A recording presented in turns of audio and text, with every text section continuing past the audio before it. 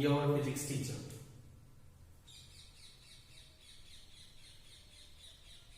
Jai Hind, my dear students. I am Abdul Qadir, your physics teacher. I welcome you on your own YouTube channel, AK Physics. Today we will discuss our next topic, that is the image formation by the convex mirror. Convex mirror से image form करके देखते हैं, ठीक है। तो पिछली video के अंदर हमने देखा था कि किस तरीके से एक कॉनकेव मिरर इमेज फॉर्म करता है। उसकी 6 अलग अलग ऑब्जेक्ट पोजीशन थी, उनके विद रिस्पेक्ट 6 अलग अलग इमेज पोजीशन हमारे पास है, ठीक है। लेकिन इस मिरर में क्या है कि यहां पर वो 6 पोजीशन बनती ही नहीं है, क्योंकि अगर मैं इस मिरर की बात करूं तो इस मिरर का सेंटर इधर होगा, सेंटर ऑफ कर्वेचर, ठीक है।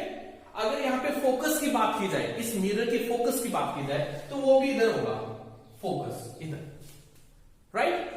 और साइन कन्वेंशंस के दौरान हमने कहा था कि object is always placed towards the left side from the mirror. अगर मिरर के लेफ्ट साइड में हमने ऑब्जेक्ट रख दिया तो उस केस में ये दोनों पॉइंट्स आएंगे ही नहीं, ठीक है। हम एट फोकस नहीं रख सकते ऑब्जेक्ट को, इन बिटवीन फोकस सेंटर नहीं रख सकते, एट सेंटर ऑफ कर्वेचर नहीं रख सकते, बियॉन्ड सेंटर ऑफ कर्वेचर नहीं रख सकते। तो इसलिए क्या होगा, यहां से हमारे पास सिर्फ 2 ऑब्जेक्ट पोजीशन मिलेंगी। पहली object position, first when the object is at infinity, object is at infinity, ये बन जाएगी। इंफिनिटी पर अगर कोई ऑब्जेक्ट है तो उस केस में इमेज कैसी बनेगी ये हमें यहां डिस्कस करना है, ठीक है। तो क्या करें, सबसे पहले हम एक रेज ले लेते हैं। हमने 2 रे कंसीडर की भाई, एक ये होगी और एक रे हमने ये कंसीडर कर। Both are parallel to each other, ठीक है। दोनों रेज क्या है, एक दूसरे के साथ 90 का एंगल बना रही है, सॉरी पैरेलल है, perpendicular. Both are parallel to each other. Parallel light rays ये रिप्रेजेंट करता है कि जो इनका ऑब्जेक्ट होगा वो ऑब्जेक्ट इनफाइनाइट डिस्टेंस पर रहेगा, ठीक है। तो हमने यहां से ये पता ले लिया है, कंसीडर कर लिया है कि 2 रे हमारे पास है, both are parallel to each other. First ray ये वाली जो कि पोल पर फॉल हो रही है, तो वो क्या करेगी, ऑब्लिकली रिफ्लेक्ट हो जाएगी according to the fourth rule. Fourth rule आ जाएगा यहाँ पे, जितना एंगल यहां बनेगा उतना एंगल यहां पे बन जाएगा, लाइट रेज रिफ्लेक्ट होकर चली जाएगी। दूसरी लाइट रेज, ये जो हमारे पास लाइट रेज, ये light rays appears, this light rays appears to pass through the center of curvature।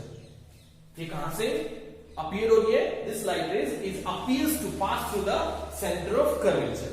अगर कोई light raise centre of curvature से पास होती है तो वो रिट्रेस करती है अपने पाथ को, वेरी गुड। तो वो अपने पाथ को रिट्रेस कर जाएगी, लाइट रेज क्या होगा, वापस चली जाएगी, ठीक है। अब ऐसा हुआ तो ये तो लाइट रेज टकरा के वापस चलेगी ऊपर की तरफ, ये लाइट रेज टकरा के नीचे की तरफ आ गई। क्या ये दोनों लाइट रेज कभी इस मिरर के लेफ्ट साइड में मिलेंगी, कभी नहीं मिलेंगी। तो क्या किया जाए, तो इन दोनों लाइट रेज को बैक साइड में लेके जाओ और इन्हें मिला दो, ठीक है। फिर हम देखेंगे कि ये दोनों लाइट रेज जब बैक साइड में लेके गए तो इस पॉइंट के ऊपर आके मिल जाती है। कहां मिल गई, इस पॉइंट के ऊपर आके मिल गई, ठीक है। यहां आके इमेज है वो बन जाती है। लेकिन क्या इसमें और उसमें फर्क क्या है, फर्क ये है कि वो जो इमेज बन रही थी पिछले केस में, जो कॉनकेव मिरर हमने बनाई थी, वो रियल इमेज बन रही थी। लेकिन ये क्या हुआ, ये appears to meet at focus है, यानी कि वर्चुअल इमेज यहां पे बन रही है। तो इमेज यहां पर इमेज है वो बन जाएगी वैसे। अब इस इमेज की कैरेक्टरिस्टिक्स क्या होगी, इमेज कैरेक्टरिस्टिक्स, पहली कैरेक्टरिस्टिक्स इमेज की क्या है कि इमेज वर्चुअल हो जाएगी भाई, इमेज इज वर्चुअल। इमेज कैसी है, वर्चुअल इमेज है। दूसरी इसकी कैरेक्टरिस्टिक्स ये आएगी कि इमेज कहां बन रही है, एट फोकस बन रही है इमेज। चलो दूसरी हम ये लेते हैं कि इमेज इरेक्ट बन रही है, सीधी बन रही है, ठीक है। तो वर्चुअल और image erect, image is erect, ठीक है। तीसरी, थर्ड पोजीशन बता देते हैं, फॉर्म्ड एट फोकस, ये हो गया। फोर्थ कैरेक्टरिस्टिक्स कहां बन रही है, बिहाइंड हो गया। साइज के बारे में रह गया फोर्थ। साइज क्या है, अगर हम ऑब्जेक्ट के साइज को देखो तो देखो ये दोनों पैरेलल लाइट रेज इंफिनिटी तक जाएंगे, बहुत दूर तक जाएंगे, तो प्रिंसिपल एक्सिस से बहुत ऊंची होंगी, लेकिन ये सिर्फ इतना सा है। तो image of size is decreased as compared to the size of object, या फिर क्या तो small in size, small in size. ठीक है, स्मॉल की बजाय आप वेरी स्मॉल कहोगे, दैट्स बेटर, कि ऑब्जेक्ट के कंपैरिजन में बहुत ज्यादा छोटी आती है। तो ये हमारे पास बनती है भाई इमेज, इस तरीके से बनानी है इमेज की कैरेक्टरिस्टिक्स, ये 4 कैरेक्टरिस्टिक्स हमारे पास हो जाती है। अब आती है इसकी दूसरी केस, सेकंड केस। जैसा कि मैंने बताया यहां सिर्फ कितने केस बनते हैं, सिर्फ 2 केस बनते हैं। कितने केस बनते हैं? सिर्फ 2, जिनमें से एक केस हमने लिया था when the object is at infinity, और दूसरा केस अब आएगा when object is placed at a finite distance. Object is placed at a finite distance, किसी फाइनाइट डिस्टेंस के ऊपर ऑब्जेक्ट को रखना है। ठीक है, इसके लिए हमने फिर से क्या किया, कंसीडर कर लिया एक कॉन्वेक्स मिरर मेरे पास है, ये कॉन्वेक्स मिरर हो गया, इसके लिए प्रिंसिपल एक्सिस ड्रॉ कर ली, this is the principal axis, इधर फोकस भी आएगा, इधर सेंटर ऑफ कर्वेचर भी आएगा, और यहां पर क्या होगा, पोल। ठीक है, ये पॉइंट क्या है, पोल। 2 लाइट रेज पास कर देते हैं। पहले तो ऑब्जेक्ट कंसीडर करो, लेट ये हमारे पास हो गया भाई object which is placed at a finite distance from the mirror, mirror से फाइनाइट डिस्टेंस के ऊपर होगा, और यहां से 2 लाइट रेज हम पास कर देते हैं।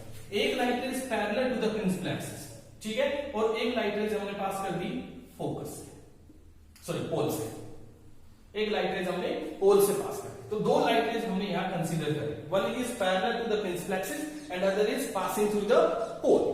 ओके, समझ गए?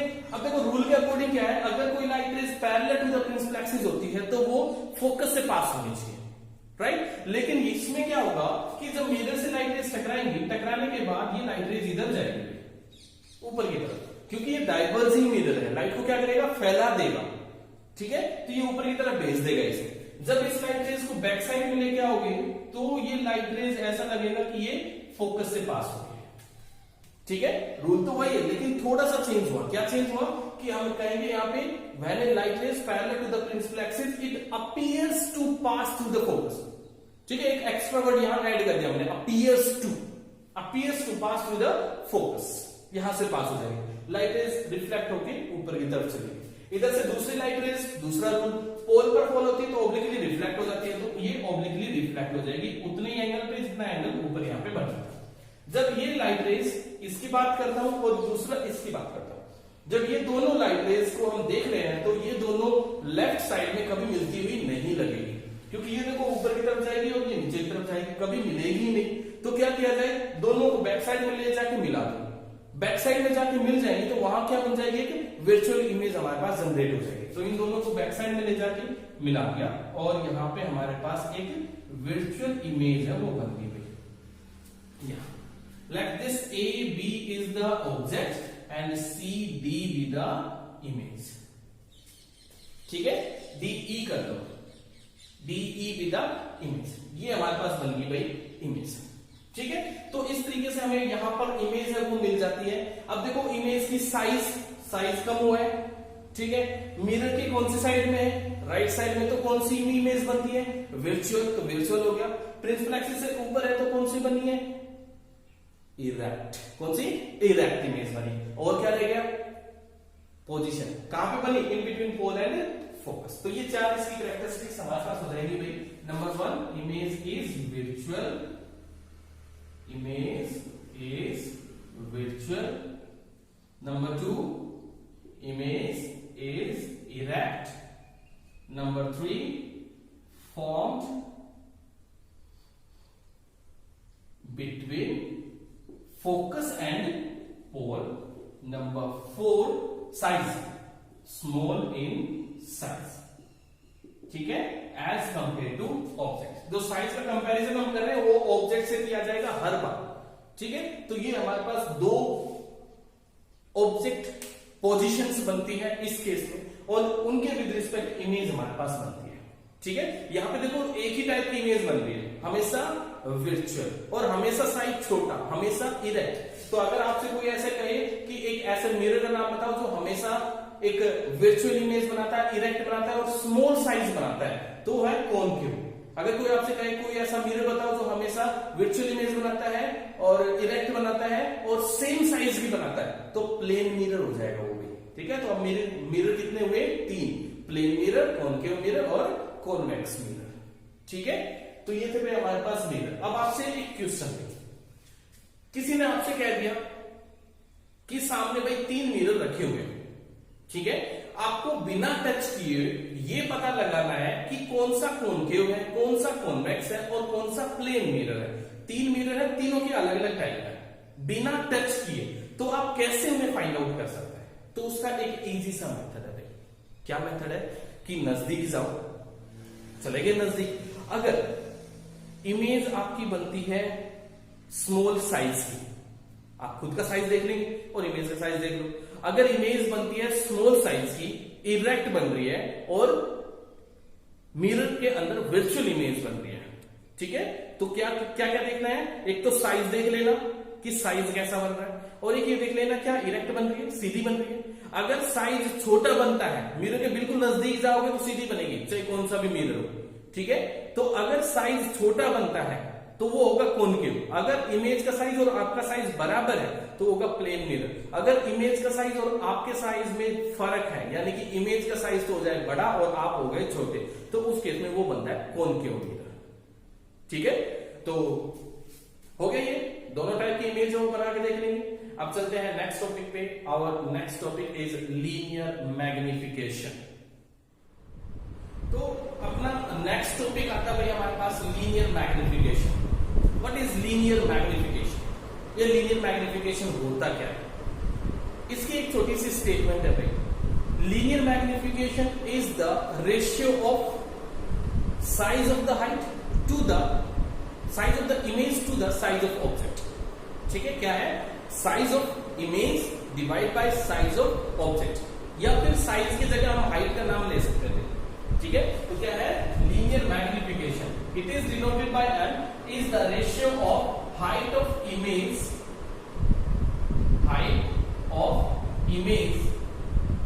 To the height of object. ये हमारे पास बनता है भाई मैग्निफिकेशन। ठीक है, क्या कहा? It is the ratio of height of image to the height of object. This is known as the linear magnification. The height of image is always represented by h2 and the height of object is always represented by h1. ये हमारे पास बनता है linear magnification। यहाँ से इस फॉर्मूले से हमें ये पता चल रहा है कि linear magnification एक नंबर है, इसकी कोई यूनिट नहीं होती। ठीक है, इट मीन्स हम क्या कह सकते हैं कि linear magnification is a unitless quantity। इसमें कोई भी यूनिट नहीं है। ठीक है, it is a unitless quantity. कोई आपसे पूछ ले भाई why the linear magnification is unitless, तो हम कहेंगे because it is the ratio of the same quantity. ये भी हाइट, ये भी हाइट। ठीक है, तो ये हमारे पास मतलब है लीनियर मैग्निफिकेशन। अब देखिए लीनियर मैग्निफिकेशन तो ठीक है, अब गड़बड़ क्या होती है? गड़बड़ आती है भाई साइन कन्वेंशंस के केस। ठीक है, साइन कन्वेंशंस जब हमें अप्लाई करना पड़ेगा लीनियर मैग्निफिकेशन पे तो क्या होगा? तो देखिए यहाँ पे भी साइन हम अप्लाई कर सकते हैं, साइन कन्वेंशन यहाँ अप्लाई किया जा सकता है। तो अगर हम बात करते हैं भाई मैग्निफिकेशन की, यहां से हमारे पास है height of image h2 divide by h। The sign of the magnification is always depends on the height, image of height. ठीक है, हाइट ऑफ इमेज जो है इसका जो साइन आएगा वही साइन मैग्निफिकेशन का होगा। h1 हमेशा पॉजिटिव रहना है क्योंकि object is always placed about the principal axis and about the principal axis distance is taken as positive.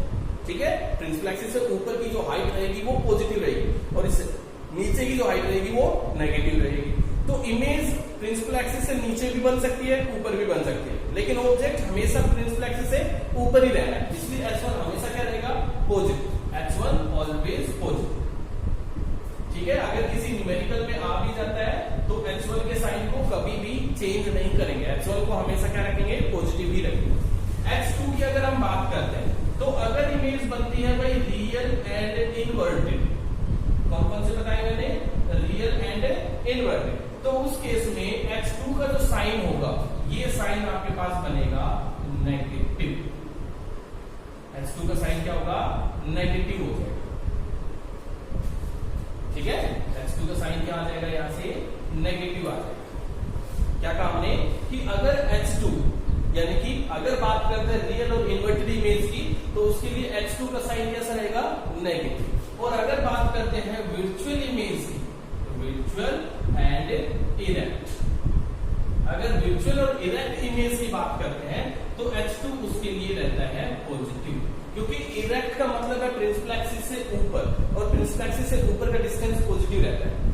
Inverted की बात करते हैं तो प्रिंसिपल एक्सिस से नीचे, तो वो कैसा रहेगा, नेगेटिव रहेगा। Are you getting this all? Very good. तो ये हमारे पास H2 के साइन होंगे, जो साइन H2 का है वही साइन M का भी होगा। It means for the real and inverted image M is also negative, ठीक है। For the virtual and erect image M is also positive. Okay, तो लीनियर मैग्निफिकेशन का साइन पता चल गया। अब न्यूमेरिकल में आपको कुछ इस तरीके से मिलेगा कि लेट अस कंसीडर, एक न्यूमेरिकल कंसीडर करते हैं कि कह दिया आपको a real image is formed which have a linear magnification of 2, तो उसमें कह देते कुछ सीधा सा रियल इमेज इज फॉर्म, और रियल इमेज हमेशा इन्वर्टेड होगी, हमेशा, यानी कि रियल इमेज जो भी बनेगी ना वो इन्वर्टेड ही बनेगी। तो क्या कहा उसने, रियल इमेज है, मैग्निफिकेशन ऑफ 2, मैग्निफिकेशन 2 है, तो हमें उसके साथ माइनस लगाना पड़ेगा, क्योंकि उसने कह दिया है कि रियल इमेज बन रही है, तो मैग्निफिकेशन के साथ एक माइनस का साइन यहाँ पे लग जाएगा। ओके, तो ये हमारे पास है भाई लीनियर मैग्निफिकेशन। इसका एक फॉर्मूला और भी बनता है, in case of mirror magnification is also equal to -v/e, ठीक है। इसका प्रूफ है, बट प्रूफ हमारे सिलेबस में नहीं है, सिर्फ हमें ये फॉर्मूला याद करना है जिसको हमें यूज करना है इन द न्यूमेरिकल्स, ठीक है। तो क्या है, magnification is also equal to -v/u। अब ये v और u क्या है, इस v का मतलब होता है भाई इमेज डिस्टेंस, क्या होता है इसका मतलब, इमेज डिस्टेंस। और u का क्या मतलब है, u इसका मतलब होता है ऑब्जेक्ट डिस्टेंस, क्या है, ऑब्जेक्ट डिस्टेंस, ठीक है। इमेज डिस्टेंस का क्या मतलब है, इमेज डिस्टेंस का मतलब है the distance of image from the pole, ठीक है।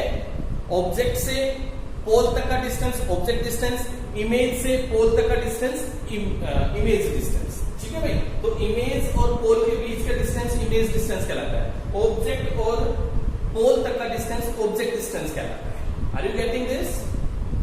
ठीक है, यहां तक ये बनता है हमारे पास लीनियर मैग्निफिकेशन। फिर से बता रहा हूं, the sign of magnification is only depends on H2, सिर्फ H2 पे डिपेंड करेगा इसका साइन, ठीक है। Very good.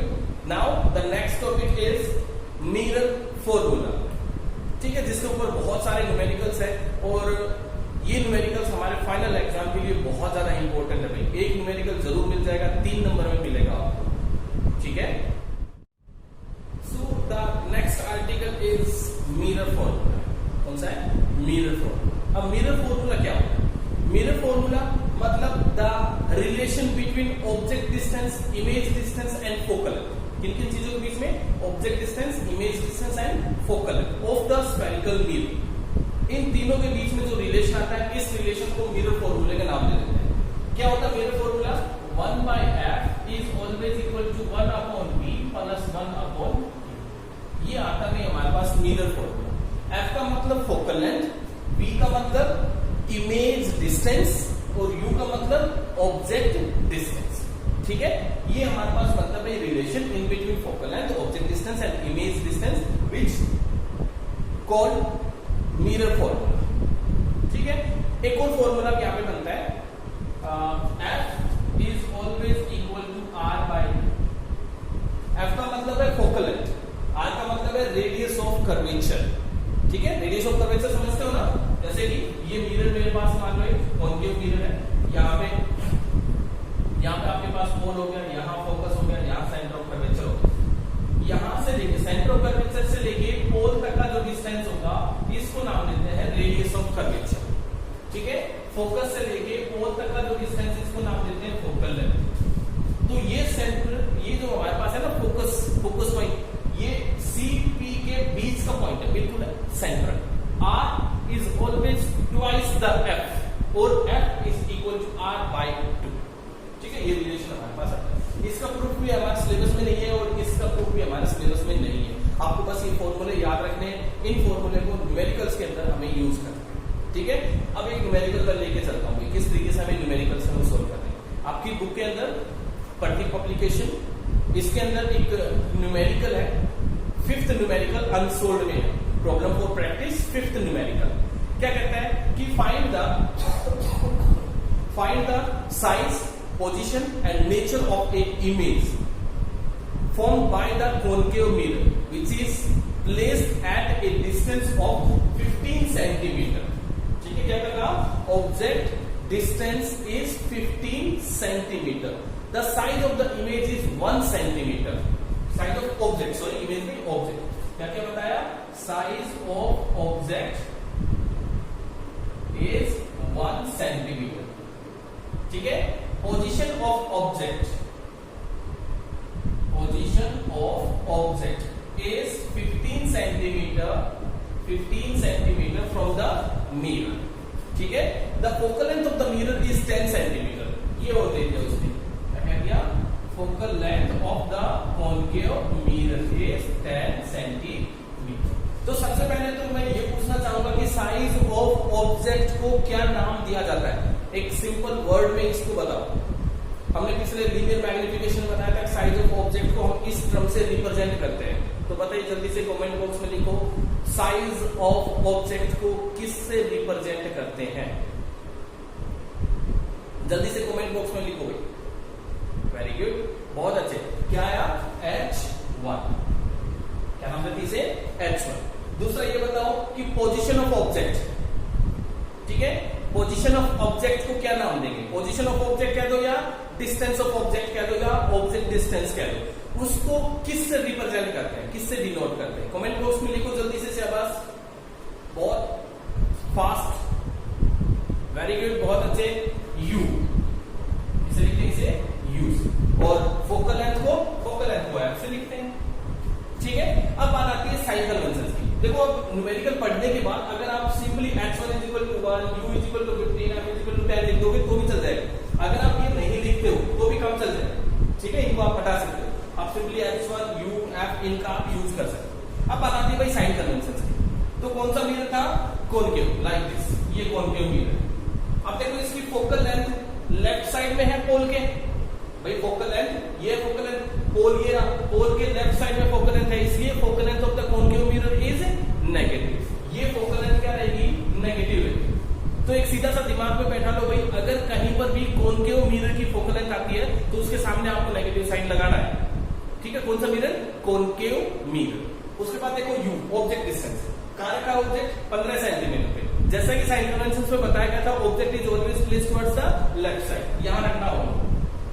ठीक है, यहां रखा होगा ऑब्जेक्ट, ये ऑब्जेक्ट होगा, तो ये डिस्टेंस भी क्या होगा? नेगेटिव होगा, क्योंकि लेफ्ट साइड में है, इसलिए u के साथ भी क्या आएगा? नेगेटिव साइन आएगा। देखो न्यूमेरिकल में ये साइन नहीं दिए मिलेंगे, आपको ये साइन खुद लगाने हैं। अब बात करता हूं h1 की। h1 मैंने आपको बताया ही था कि h1 इज ऑलवेज पॉजिटिव, कभी नेगेटिव होता ही है, तो ये प्लस रहेगा। ठीक है, वो कहता है कि find the position of image. Position of image is represented by v। आपको v फाइंड आउट करना है, v कितना होगा ये आपको निकालना है। तो कैसे किया जाए? फॉर्मूले में रख दे वैल्यू, फॉर्मूले में रखोगे तो आ जाएगा 1/f = 1/v + 1/u। u को इधर भेज दो, ये आ जाएगा आपके पास 1/f - 1/u = 1/v। वैल्यू रखो f की और u की, f की वैल्यू रखोगे तो वो -1/10 हो जाएगा, ये -1/15 हो जाएगा, ये आ जाएगा -1/10 और ये आ जाएगा +1/15 = 1/v। Now take LCM and solve it. जब इसका एलसीएम लोगे 15 और 10 का, 10 और 15 का एलसीएम लेंगे तो क्या आ जाएगा? एलसीएम आपके पास बना 30। ठीक है, 10 और 15 का एलसीएम कितना बना? 30। ये आ जाएगा -3 + 2। अब ये सॉल्यूशन तो आपको आता ही है, इसको सोल्व करने की तो जरूरत है नहीं। ये आ जाएगा आपके पास = 1/v, that is -1/30 = 1/v, v = -30। v की वैल्यू देखो हमारे पास आ गई ना। अब यहां देखो साइन, ये साइन कैसा है? नेगेटिव। अगर ये डिस्टेंस नेगेटिव है तो इसका मतलब ये डिस्टेंस पोल से लेफ्ट साइड में होना चाहिए ना। और पोल के लेफ्ट साइड में अगर डिस्टेंस है तो रियल इमेज बनेगी। क्योंकि ये देखो इमेज डिस्टेंस है, तो इमेज कहाँ है, पोल के लेफ्ट साइड में है, पोल के लेफ्ट साइड में इमेज यानी कि वो रियल इमेज हो। तो इमेज का नेचर पता चल गया, इमेज का नेचर कैसा हुआ, रियल इमेज बन गई हमारे पास।